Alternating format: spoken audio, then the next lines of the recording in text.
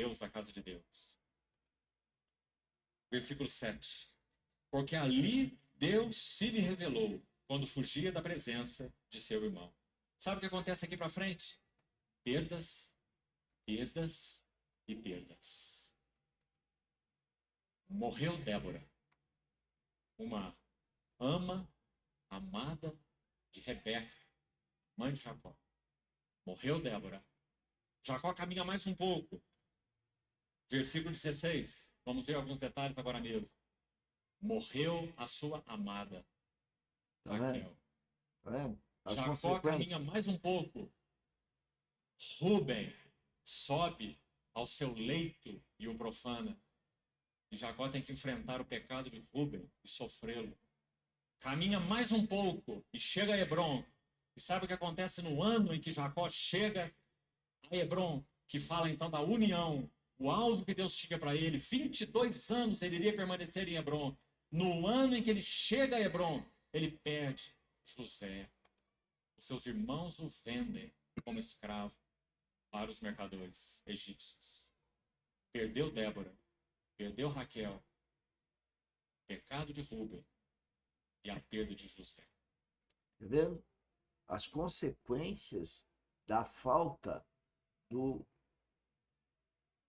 de Deus, do novo nascimento, porque as pessoas querem ser guiadas por elas.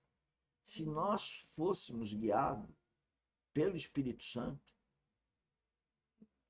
é como seremos daqui para frente, para quem nasceu de novo, eternamente. Mas não, a gente quer ganhar vida aos nossos esforços. A Bíblia fala: quem quiser ganhar esse mundo vai perder a vida eterna. E está cheio de gente ganhando esse mundo e não acreditando na vida eterna. Eu vejo famílias lindas fazendo esse para mim é uma atrocidade. Mas o que eu posso fazer?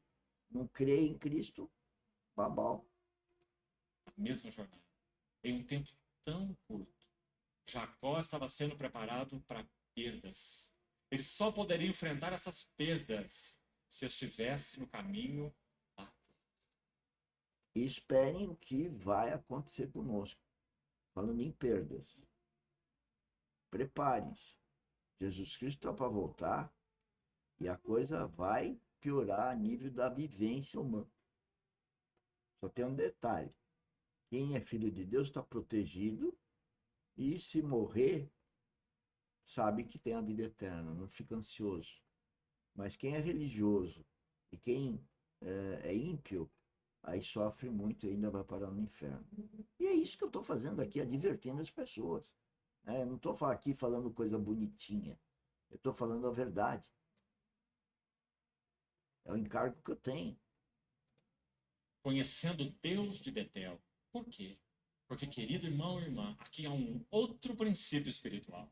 Não o esqueça. Deus mesmo vai se colocar no exato lugar de tudo aquilo que ele levar à morte Amém. em Amém. nossas Amém. vidas. Bendito seja o Senhor. Bendito seja. Nunca nos deixará no nada. Ele vai se colocar no lugar de tudo aquilo que ele levar à morte nas nossas vidas. Se são relacionamentos, se são coisas, se são apetites, se são alvos, metas, prioridades, ele se colocará no lugar de tudo que ele levar à morte em nossas vidas. Mas desde que o nosso coração esteja centrado nele e nos seus interesses. Esse é o Bendito ponto. seja o Senhor. Mas Que a paixão, princípio maravilhoso, irmão. E como apesar de ser isso maravilhoso, as pessoas não, não acreditam, né? Não creem. E se você não crê em Deus, não adianta. Mas não é crer nominal, é crer de entregar a vida, é crer de morrer para as coisas do mundo. Porque ele está falando isso, ele está falando de morrer para as coisas do mundo. Ele está falando para tudo que a gente morre do mundo, Deus, de alguma forma, repõe. Que o problema que Deus quer é que nós o amemos 24 horas, que nós o obedecemos 24 horas, que nós sejamos guiados pelo Espírito Santo. O Espírito Santo também é Espírito da consolação, é o advogado nosso perante a Deus. Jesus Cristo é a referência, o Espírito Santo quer que a gente seja mais semelhança de Cristo. Como precisamos conhecê-lo? É por causa de não conhecê-lo que nós somos Jacó. Agarramos e agarramos e agarramos. Porque nós não conhecemos o valor desse princípio espiritual. Há uns anos atrás, há uns bons anos, quando aconteceu aquela situação tão conhecida e relatada nos Estados Unidos, em que um jovem estrangeiro entrou tirando em uma escola e matou diversas pessoas ali, estudantes. Ali estava uma moça, ainda adolescente jovem, filha única. Veja que depoimento importante para essa questão que quando Deus tem uma morte, aquela morte tem um objetivo de amor por nós. É incrível, mas é. E tudo que a gente morre para a vida mundana, em nome dele, para amá-lo, não se distrai com o amor mundano, ele provém. Então, quem crer nisso, está tranquilo. Eu vou morrendo para as coisas do mundo. Agora ele está fazendo um depoimento que a família perdeu uma filha nessa escola aí. Ouça. De um casal de irmãos nossos que residem nos Estados Unidos. Essa menina foi morta. Quando esse atirador entrou, todos nós ouvimos na época aquele relato. Um outro irmão se achegou a esse casal para acompanhá-los e cuidar deles e orar com eles nesse processo. Mais ou menos um ano se passou. Sabe o que esse casal testemunhou? Esse casal disse a esse irmão que então nos relatou. Esse casal disse assim: irmão, nós estamos tão surpreendidos, porque nós estamos vendo que Deus se colocou no lugar de nossa filhinha. Deus se coloca no lugar de tudo que Ele leva à morte em nossas vidas, por causa de sua fidelidade. O desejo de Deus não é nos despir, o desejo de Deus é nos revestir. O desejo de Deus não é nos esvaziar, o desejo de Deus é nos encher, mas para isso Ele precisa nos esvaziar. A medida dos tratos de Deus é uma medida justa. Deus quer que a gente se esvazie do lixo que a gente tem no coração, dos amores que a gente tem por esse mundo, para exatamente se encher do amor de Deus.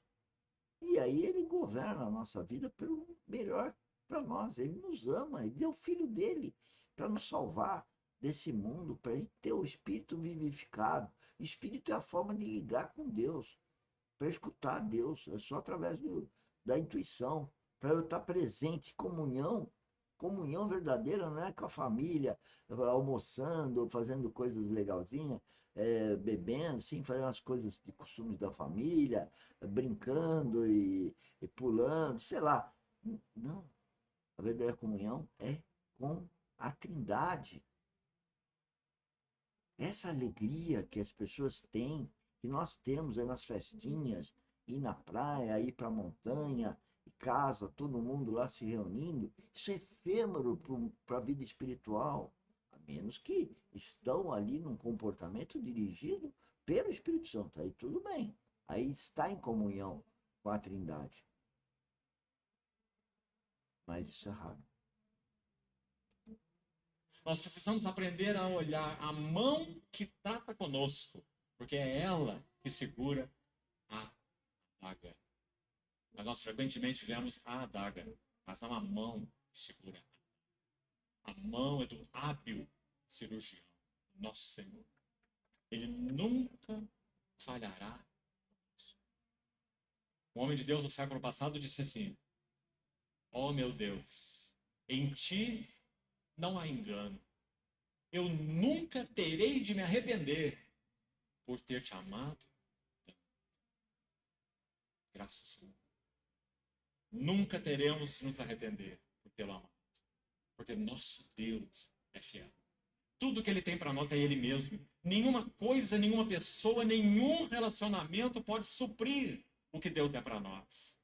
Então a sua mão bondosa, cirúrgica, precisa, vai tratando com nossas ventosas e cortando uma a uma. Cada uma dessas ventosas que Ele corta, Amém. Ele nos coloca apoiados nele mesmo. Assim Jacó terminou a sua Eu própria testemunho história. isso.